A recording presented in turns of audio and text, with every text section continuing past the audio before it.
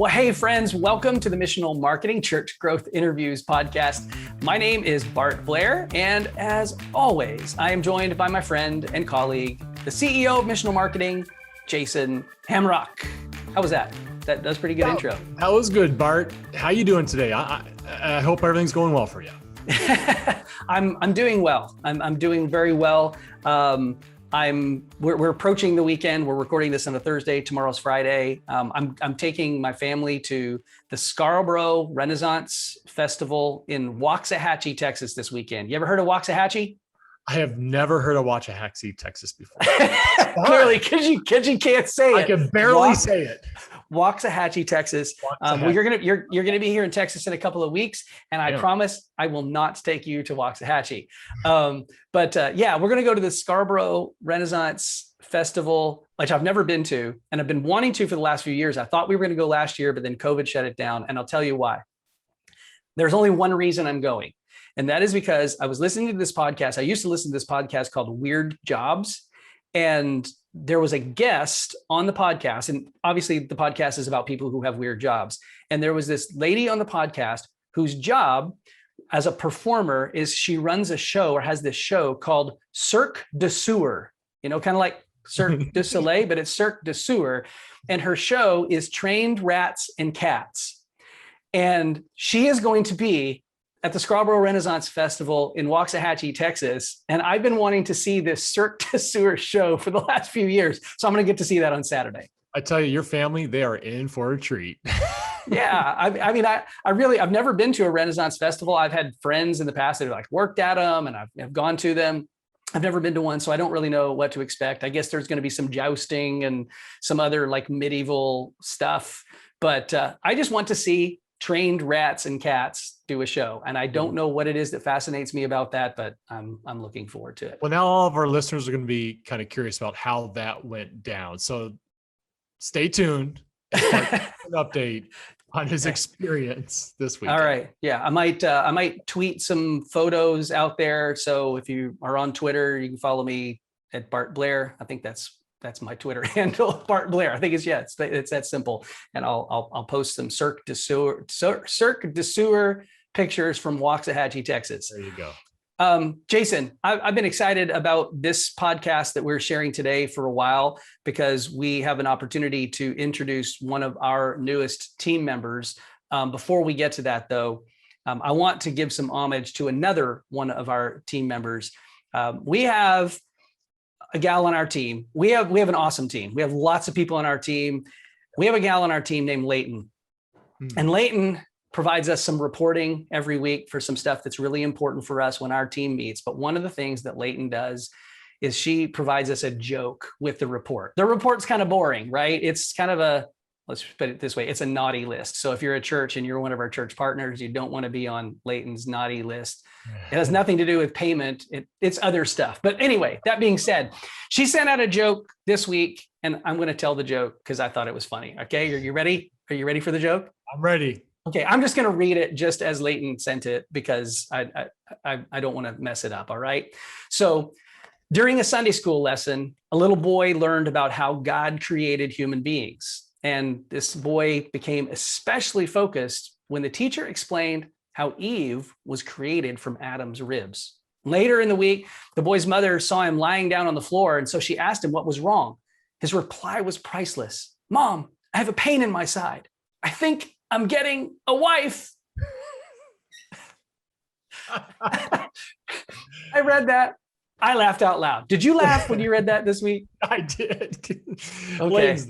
Yes, I did laugh at that one. I thought I've maybe heard that before, but it made me laugh going, "Oh, I get pains in the sides all the time. I only need one wife, and I only have one wife." Yeah, that's yeah. I'm not gonna go down that road right there. I might say something that incriminates myself, but I thought that was funny. Layton, thanks for sharing the humor with us, and just wanted to give that shout out. Now, hopefully our listeners found that joke entertaining too. And for all of you pastors who are listening who need a joke for your sermon this week, feel free to steal it. I don't know where Layton got it, but we'll pass it along. So today, Jason, we're sharing an interview that we recently recorded with one of our new team members, Maddie Hall. Why don't you give a little insight on who Maddie is and set this conversation up for us? Maddie is a rock star. She has recently come from Indianapolis. She was the communication director at Northview Church. It's a multi-campus mega church in Indianapolis. I don't know how many campuses, but I know there are about 12,000 people pre-COVID on a weekend. Maddie ran the communications department. And before doing that, she was the digital director at the church. And she just has a career in marketing. Super sharp, very knows her stuff. She's really articulate in all things church communications, and she knows what she's doing. And so we had the opportunity to hire Maddie. Her and her husband, Drew, they have 2 little girls, and they just relocated out here to the Phoenix area. And so she joined us in January, and we've already given her a bunch of churches, and she has already just done a knockout job. So today we get to learn from Maddie, who literally has helped build their communications department. What does it take to build a communications department these days? Here we are, kind of post-COVID, sort of, and lots of change in the church world over the last 14 months or so. How do you even go about establishing and building or maintaining and growing a communications department? So Maddie's going to speak into that.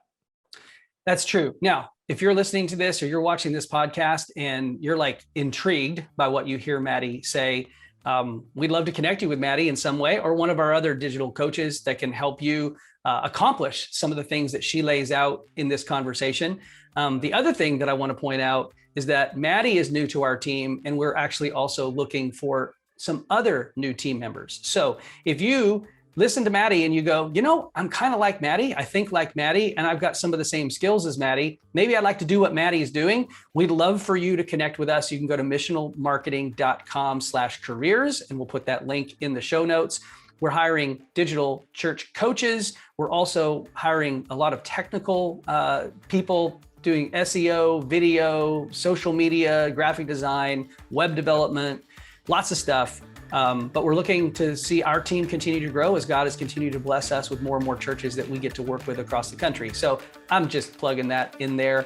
But this podcast is really all about this interview with Maddie. So without any further delay, here's Maddie Hall.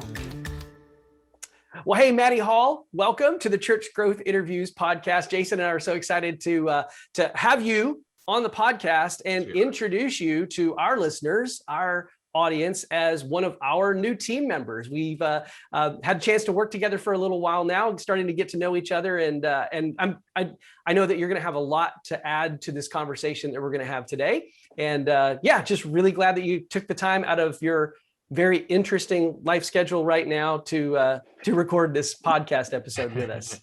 Yeah, I'm really excited. So just for our listeners, Maddie and I come from the same background. We worked in corporate world. Then we came to work for the church. We're served as communication directors, and Maddie more recent than me. And she's got a lot more experience in that space recently. And now she's a coach for us. And so she gets to, as I say, get to work for churches, not necessarily in the church, a little bit of different setup there. And now we get to touch lots of churches around the country and speak into their communications and their marketing needs. So Maddie, you joined us several months ago, and you're getting your feet wet a little bit with missional marketing. But talk to us a little bit about your story, your background, and how you ended up being the communication director. Yeah, well, thanks for having me on today, guys. It's been a fun few months here getting to start with missional marketing. But my background is in marketing. Right out of college is kind of when social media was taken off for businesses, and businesses were like, "Oh shoot, we need somebody to run this." And they said, "Well, you're the youngest person in the room. You probably know how to do this, so you're our social media person." And I was like, "Well, guess I know about it, And so what I didn't know, I was teaching myself as I went along. But I started in promotions and online course education for the National Office of High School Sports, like the NCAA, but for high school. Was there for a while and really have a heart for the marketplace and for what businesses are doing, and being just a Christian in that space. I feel like there needs to be a representation there for Christ. but kind of was looking for a new position, and our pastor said, "Hey, I hear you're looking for a job. We've got one open." My dad's a pastor. My husband's a pastor. I thought, I'm never going to work in the church. So thanks for asking, but I'll pass. And one thing led to another, and I started working in the church. And it has actually been a really great mix of helping church, the church that I was at, understand how we can use these practical tools that people use in the marketplace, in businesses, in corporate places, and use them and apply them in the church world. And, I kind of started having a passion for that. I would say even when I was back in school, I would do a lot of case studies. They would be on churches. They said, you can choose what business you want to do this on. I thought, well, I'm going to do it on a church. And so I would go in and I would interview the different church staff. And, I would do a SWOT analysis, looking at their strengths, weaknesses, their opportunities, right, their threats, and saying, okay, how can we take what we found here and transform that and use, like I said, real life tools that maybe the church isn't as familiar with or not used to using, and see that for church growth and, ultimately for people, coming to Christ. So that, I've been the communications director. I've been a communications director at my previous church, and then that's what led me into missional marketing. You guys know, my family had decided to move out west, and so we're kind of looking for different jobs, and found missional marketing, which really pairs both my interests in the church and then in kind of the business setting. Yeah. Moving out west, which let's just call it what it is. If you're watching this podcast rather than listening, you'll see the really cool background that Maddie has behind her, which she informed us before we started recording is like the only thing left in her house because her family is literally in the middle of moving. Yes. Yes. Most communications directors have like these really cool, neat backgrounds, but you've got a piano. Yeah. Well, anyway. I was like, we had been talking about kind of moving, right, since I started working for Missional, and I was like, well, I'll get a good background when we move. Well, it's been 4 months. I'm like, okay, well, once we get situated, then I'll officially have a cool background, I guess. But yeah, you walk around my house, there's really nothing on the walls anywhere. I just have a few things here and there and some boxes. I feel like, Bart, you should grab your guitar, pick one. You got two. Maddie, just turn around. You guys could play us a song and we can just break into some worship right now. I'm not singing, but hey. I tell you what, yeah, I know, and I will speak to this, that during COVID, when all these worship teams were creating like these Zoom videos with their bands all in different locations, it's not what it looks like. They're not just all in a Zoom call playing all at the same time because it's impossible to synchronize. So I think we'll pass. I was on a Zoom call with a group of people a couple of weeks ago, and we tried to sing happy birthday to someone. And even that, we couldn't all sing happy birthday together because of the time lag with the internet and everything. It's kind of silly. Well, Maddie, let's turn the corner. Let's talk about a church out there that's, they're thinking about hiring a communication director. They've got pieces of it. Other people in their church, different staff members are handling things like social media. One person's doing that. Another person might be doing some advertising. Another person might be trying to streamline hey, we need to promote this ministry or that ministry. So they've kind of got it in pieces, but they're thinking about, it's time to hire somebody. What advice would you give that leader that's looking to hire a full-time communications director? Yeah, so this might seem kind of basic, but get it all on paper. If you ask a leader anywhere, hey, what's that person doing? What's that person doing? What's that person doing? They may know what kind of their direct report is doing or the person that works right next to them, but they're not knowledgeable of every single task that everybody's doing. This person posts to social media 3 times a day. Well, somebody that's not super familiar with social media thinks, oh, that takes about 30 seconds, 3 times a day. Well, to have a really robust, social media presence takes a lot more than a minute and a half a day, right? As you guys know. Yeah. So just do that analysis, kind of like I was talking about earlier. Get it down on paper and say, okay, the student pastor is running social media. Okay, the worship pastor is running our videos. What's every person doing? Who's running who's talking about advertising, who's communicating with, if you're doing an ad for Christmas, who's actually talking with the media relations people. Get that all down there on the paper, and then say, okay, this is what it's going to take for somebody to do all of these different things. And write down, okay, this person does social media. It takes them 10 hours a week. Oh, this person does media relations. It takes them 5 hours a week. This person does video. That one takes 40 hours a week. You know, it's so that you can really say, okay, this is the type of person that we're going to need to hire. And I would say one of the big things for me as far as communications director is processes, right? That's where I have found working with churches is the process isn't always defined. And you need a really defined process in order to keep people organized, because otherwise the student pastor is like, well, I used to do social media. I'm just going to go do this because I know how I used to do it. And it's like, well, that was working for a while, but now we're trying to grow. We're trying to bring in new people. And in order to do that, we need everybody to jump on board. So not, defining what it is that you need, but also helping the rest of your team say, this person is going to come in to help you grow, to help you move forward. I think is a good place to start. Yeah. And I agree with that. I love that analogy of it, of actually putting on paper and explaining to the candidate you're looking to hire, this is what we're trying to achieve. And we're not there yet, but giving that person that kind of they can wrap their arms around idea is so important. I'd also mention, keeping people. Sometimes I talk to churches, bigger churches, and they've got staff turnover like you wouldn't believe.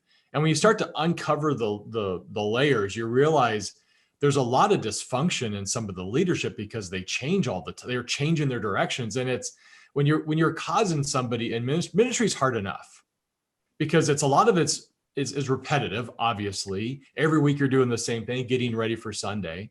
And then you sprinkle in all kinds of stuff, events or conferences or just branding as a whole, adding more campuses. It becomes a lot. And so if the leadership is kind of all over the board, that makes it really difficult for the staff to kind of follow and continue to keep their passion up. At least this is what I've found. So then I find people have turnover. And so you have to really take a hard look, I would say, before you hire a communication director at your leadership processes and your leadership make. And is it going to be really clear for somebody to step in to see where you're going as a church? Or are you kind of like all over the place? Jason, I would kind of even add to that is that when the leadership has had the ability to kind of define their leadership processes. Yeah. And as Maddie just talked about, you're defining and you're documenting your actual communications processes. You are better able to set a clear set of expectations for what that role entails and how that staff member, how that team member wins. I think that's sometimes the hardest thing. And more often than not, I'm sure that both of you have seen this, a church will have a person, maybe they're a communications director, manager, maybe they're an associate pastor of some sort who kind of manages and oversees it. And they've got a really diverse set of skills. They're good at video editing. They're good at graphic design. They're great at copywriting. They know and understand social media. And that person moves on to another church or takes another opportunity. And then the church goes out and tries to find that person without realizing that that person was a unicorn, that person was not really easy to replace. And so it gets the waters get really muddy because now you have a set of expectations. You've got leadership expecting something from the staff that may or may not be able to be delivered. You've got some things documented, some things not. You just had a really intuitive person who was able to run with it and do it, out of their back pocket. And it does make things, make things really tricky. You had a question buried in there for Maddie, which was, Maddie, how would you coach a church leadership team to make sure that they're setting their communications person up for success and sustainability in their role? Yeah, that's a great question because the communications director needs support. And I would always go to bat for having your communications director on your top leadership team. And here's why. Every single thing you say from your church, you're communicating. Your students' team's communicating. Your kids' team is communicating. Your kids' team is communicating to all of these parents. Your students' team is communicating to all of these students and their parents. You're from the stage every weekend. You're putting on an event for however many people come to your church. You're putting on a weekly event for anywhere from 25, 50, 100, thousands of people. I mean, that's a huge undertaking, right? And what anybody says from the stage it shows, what your church is about, right? And so you've got to have the communications person be able to be on the senior team to be able to help filter through all of that. I'll use an example, right? I was in my role as communications director when March 2020 hit, right? I can tell you where I was when the team was like, hey, we got to have an emergency meeting. Hey, staff, everybody get on the call at 4:30 today. And, what we did wasn't, for context, our church was about 12,000. So we locked, I would say, for lack of a better word, locked email rights for everyone, not because we didn't trust our staff, but because for a amount of time, we needed to get a pivotal message out to everybody, and it needed to say the exact same thing. Yeah. And then we gave those email rights back to the staff. It was just for that short amount of that window of 1 or 2 weeks. We didn't want everything kind of blasting out. Hey, what are my kids going to do? What are my students going to do? We don't know where we're going, what we're doing. And to eliminate some of the chaos is why we did that. Right. So I guess as far as coaching your senior leadership team in how to prepare or support your communications director is by investing and trusting them. And I'll say relationship is huge.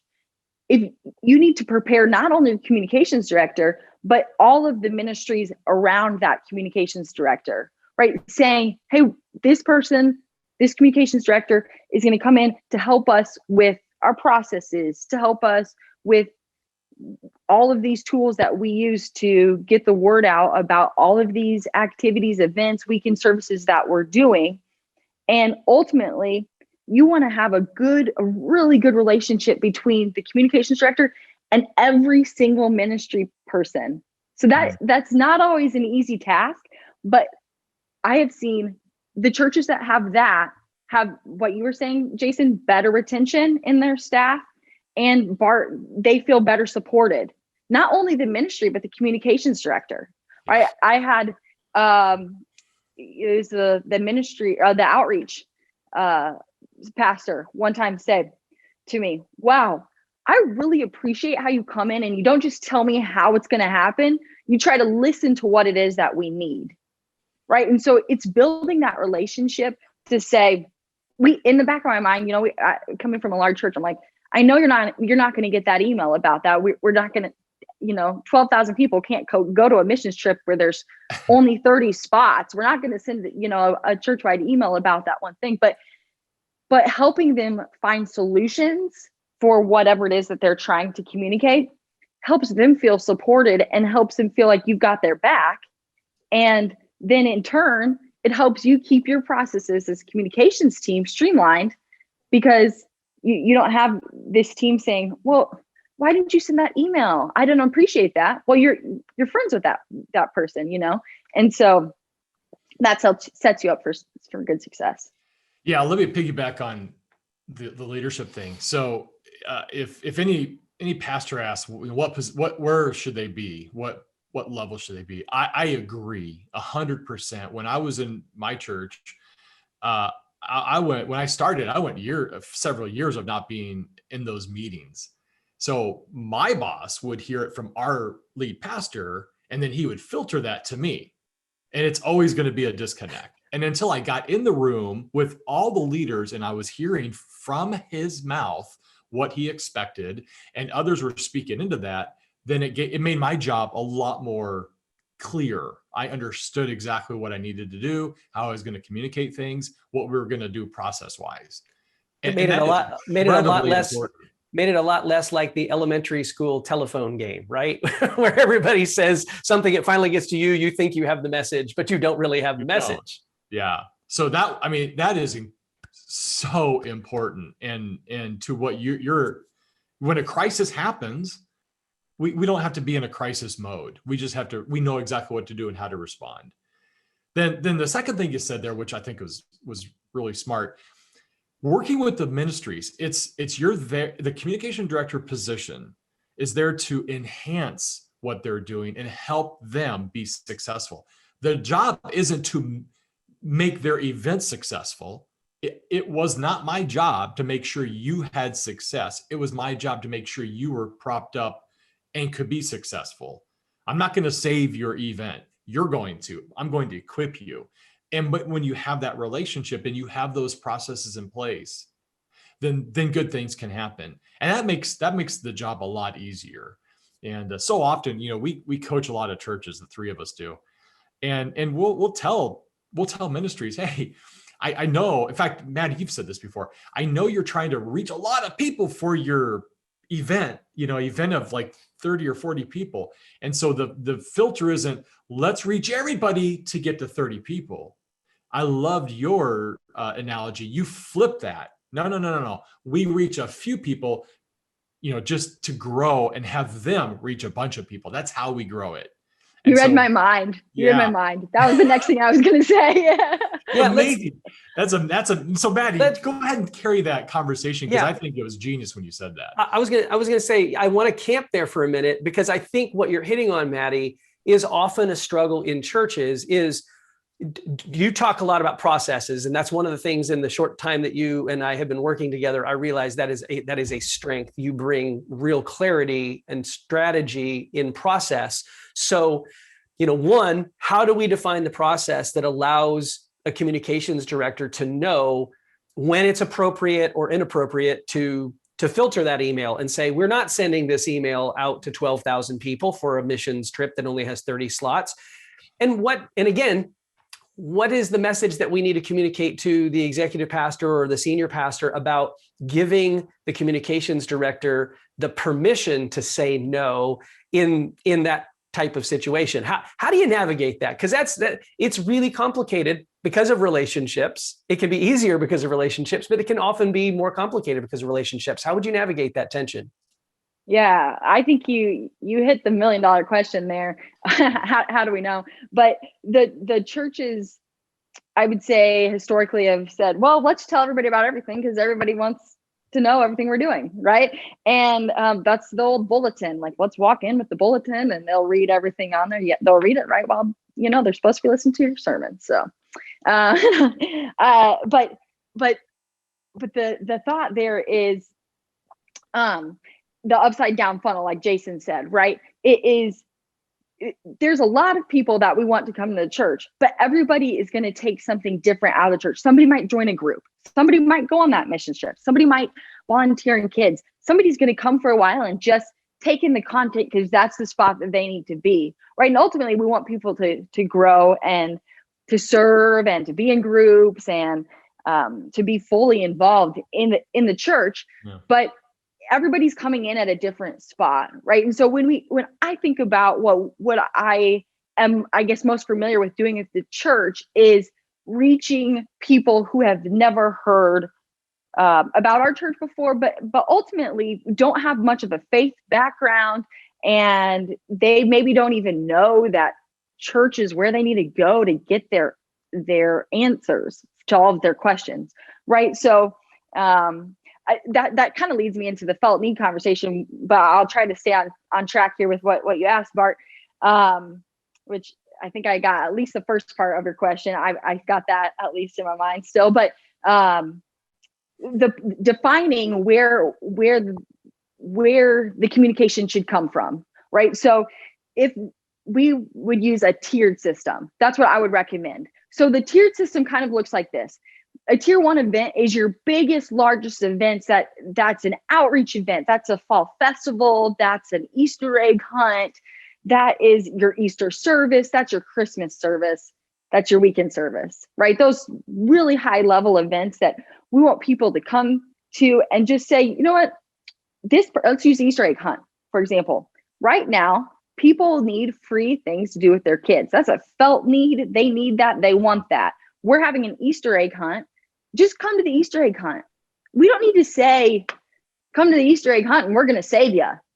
Like, ultimately we want everyone to follow Christ.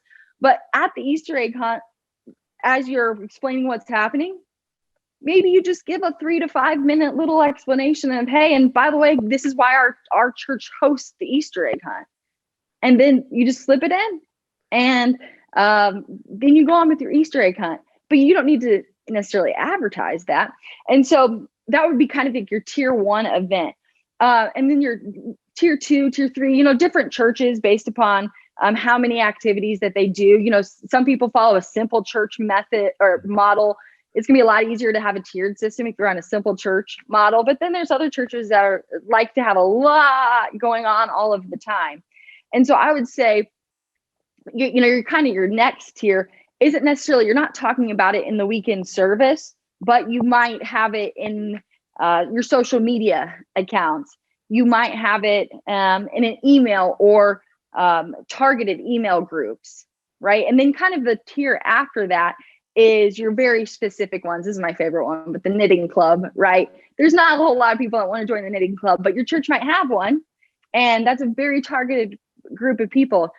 Honestly, the best way to get other people to know about the knitting club is probably by word of mouth, right? Because knitters know other people that knit.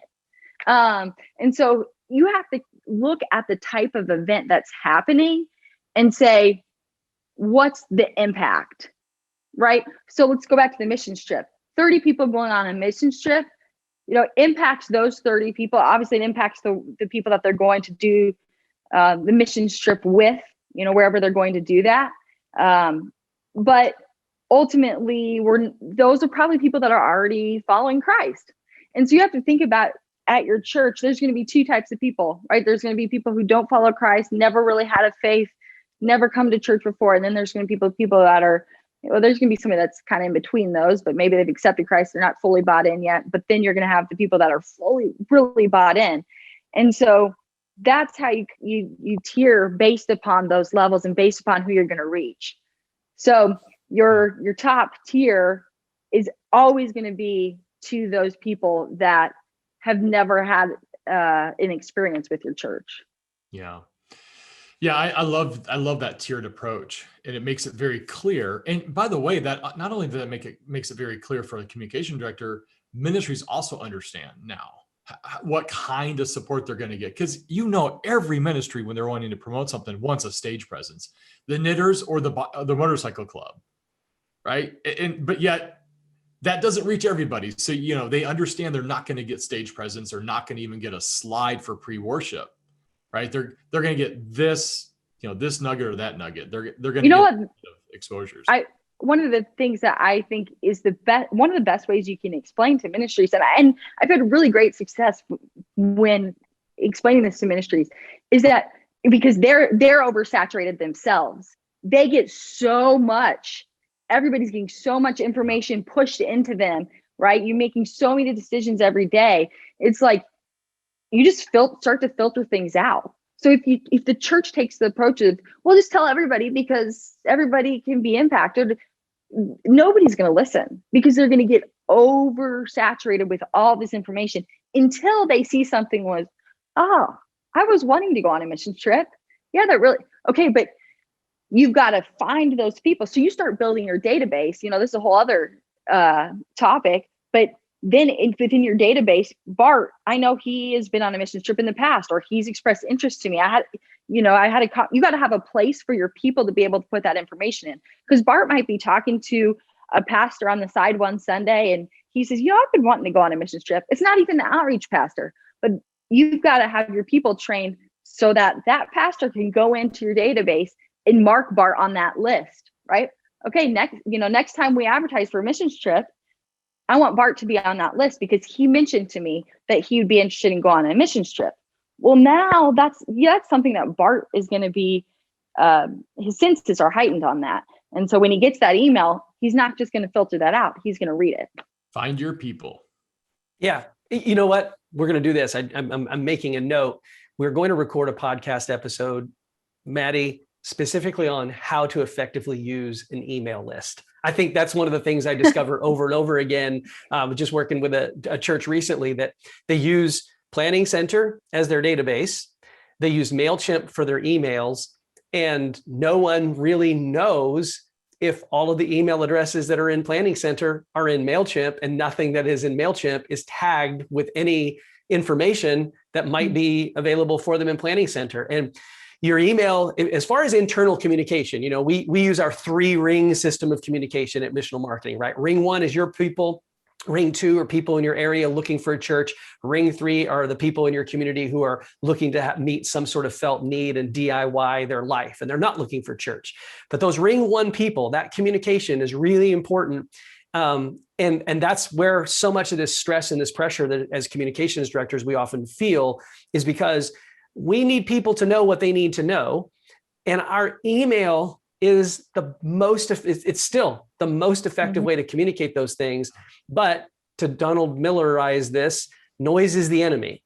And as you were saying, Maddie, people are saturated. They're getting all the information about everything. And when you're getting all the information about everything, nobody really knows what they need to be listening to and paying attention to. So I just wanted to throw that in there. I'm making a note. We don't have time to talk about how to flesh that out with emails today, but we will do this on another episode.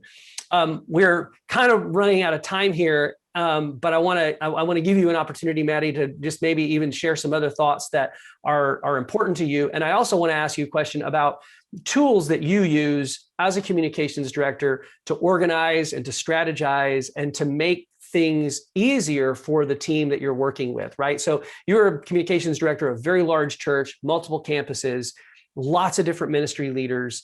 What are some of the tools that you used to streamline your communication? Was it all email all the time, or are there other tools that you would recommend that you like? And then just add anything else that you want to add to this conversation, because you're our guest and we want this to be about you. Oh gosh, you're so nice. No, I mean, and Jason and I have talked about this before, but I'm a huge proponent of taking email out of your internal communications. Like if I've got a question for you, Bart, and I say, hey, Bart, can you remind me if that event was at 7 p.m. or 6 p.m.? I mean, that just is like cluttering out my email inbox. So I would say use Slack, use Microsoft Teams. I mean, Facebook, what's called workplace chat, right? There's so many different tools out there. And that's how I would really encourage you to communicate internally with your team. Like, so you could have a whole nother conversation about just internal communications at a church. Like businesses have a whole entire internal communications teams, right? So I think that is really important, because I know Jason and I have talked about, like, Jason's looking in his email and he's got several emails from other staff. And then he loses his outside email. He's like, oh, where's that email from this other client that I've been working with? I can't find it, right? So that's just a push for internal communication using Slack or Microsoft Teams or something like that. As far as email goes, I think email can be used internally if you need to. If it's maybe someone you don't talk to a lot, maybe have like more explanation But let me support that by saying you should be using some sort of project management software. So I'm a huge fan of Asana. They're not paying me, although maybe I should get them to pay me, because I promote them a lot. Asana, right, is just a way to organize projects. There's so many different ones out there. Monday, I've been getting a lot of ads. Now I'm going to get even more ads, but I've been getting a lot of ads for Monday, Monday.com, I think it's what it's called. Yeah. There's Trello. I know a lot of churches that use Trello. Actually, I was on Trello for a while. I like Asana better.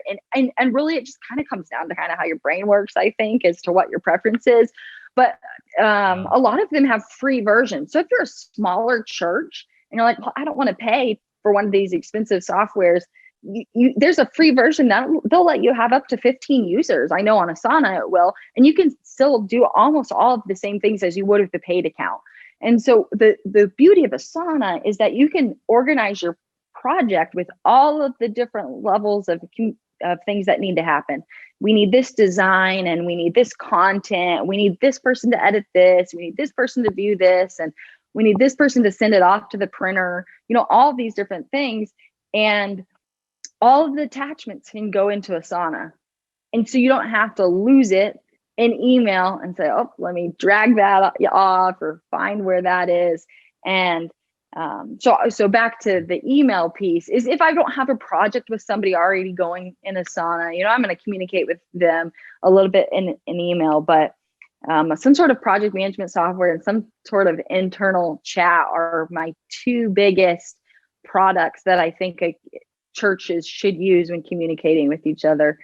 And then I will say, since you said I get to add anything I want, I'll just add, because I think as a communications director, you shouldn't be afraid to think of using terms like marketing and advertising and promoting. And because this is maybe gets mixed reviews sometimes when I say this, but like, Jesus is the best product that anybody could ever want or need, right? And so I don't go around saying, well, Jesus is a product, but I do think that Jesus is the best thing that anybody could ever have in their life. And so I want to use everything that I have at my disposal for other people to be able to hear about Jesus. Drop the mic. Drop the mic.